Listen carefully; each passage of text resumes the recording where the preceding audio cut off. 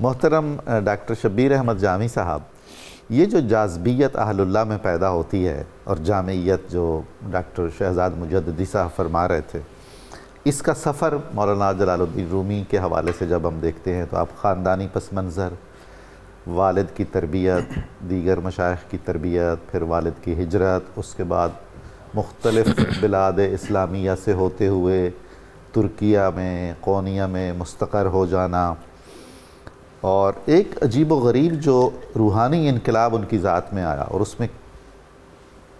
کیمیا گری کی ان کی شخصیت میں، یعنی صلاحیت اور استعداد تو پہلے موجود تھی اور وہ رونما ہو گئی، ظاہر ہو گئی، اس پر آپ کی کیا رائے ہے؟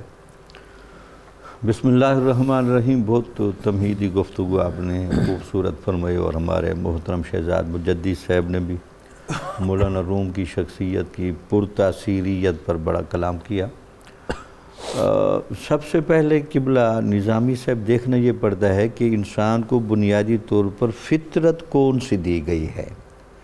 چونکہ اس فطرت پر پھر رنگ چڑھایا جاتا ہے۔ وہ فطرت سلیمہ جب ہم اس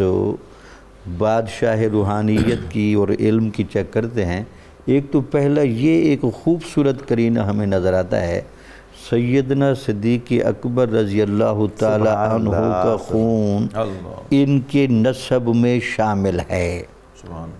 یار غار و قبر و بدر، قبر و بدر۔ تو اندازہ لگا لیں وفا کی اور عشق کا جو گہرا رنگ سیدنا صدیق اکبر رضی اللہ تعالی عنہ کی ذات میں موجود تھا، اس خمیر کا ایک قطرہ یہاں بھی فطرت میں موجود ہے۔ سبحان اللہ، سبحان۔ تو لہٰذا ان قرائن کو دیکھنا چاہیے، یہ نسبتوں کے بڑے فوائد ہوتے ہیں۔ اس کے بعد دیکھیں کہ اوپر نام کیا ہے، محمد بن محمد بن محمد بن حسین البلخی۔ کیا بات! یہ جو ناموں کے ساتھ مناسبت ہے تو قبلہ نظامی صاحب یہ عشق نبوت کے بغیر تو نہیں ہوتی، ممکن نہیں۔ تو اس کا مطلب کہ اس خاندان میں عشق رسالت مآب صلی اللہ علیہ وسلم کا گہرا خمیر بھی نظر آتا ہے۔ پھر ان کے علم حاصل کرنے کا پیٹرن دیکھیں، مجاہدہ دیکھیں، کوشش دیکھیں اور لگن دیکھیں، اس میں بھی آپ کو ایک بڑی گہرائی نظر آئے گی۔ ایسا کہیں لگتا کہ مولانا روم کہیں علم حاصل کرنے میں کترا رہے ہوں،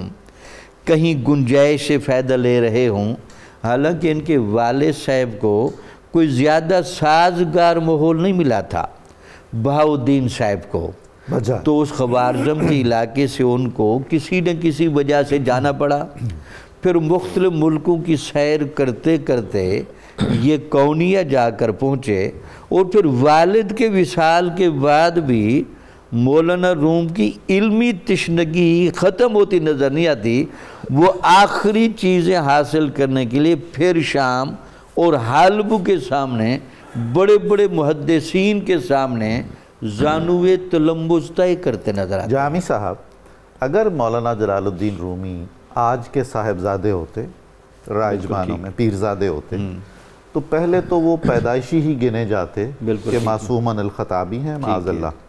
اور اس کے ساتھ تمام علوم و فنون و معارف ان کی ذات میں جمع ہے، ٹھیک ہے۔ اور پھر اس کے بعد جو ہمارے ہاں چلن دیکھنے میں آتا ہے، والد کی وفات کے بعد تو پھر عین والد ہو گئے نا جی، اب پڑھنا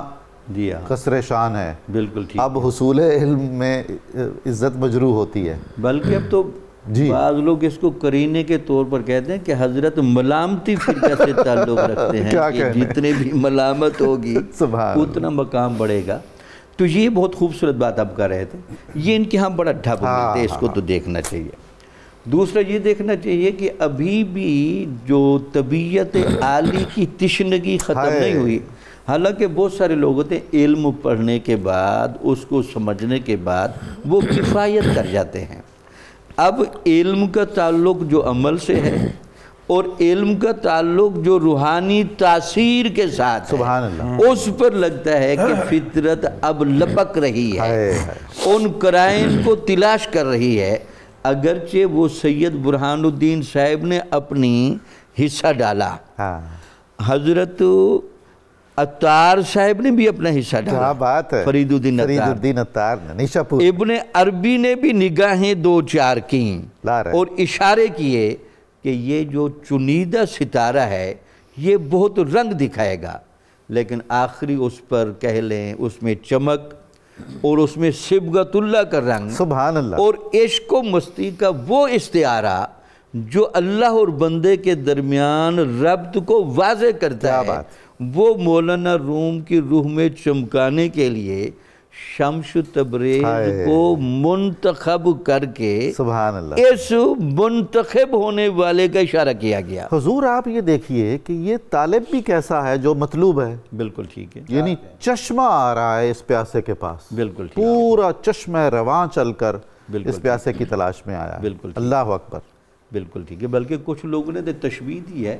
جیسے حضرت عمر رضی اللہ تعالیٰ عنہ مراد رسول تھے، یہ شمس تبریز کی مراد تھے، بے شک، اسی وجہ سے شمس تبریز صاحب کے بعد کے احوال پردہ اخفاء میں ہیں۔ بالکل لگتا یہ تھا کہ جو روحانیت ان کے پاس تھی،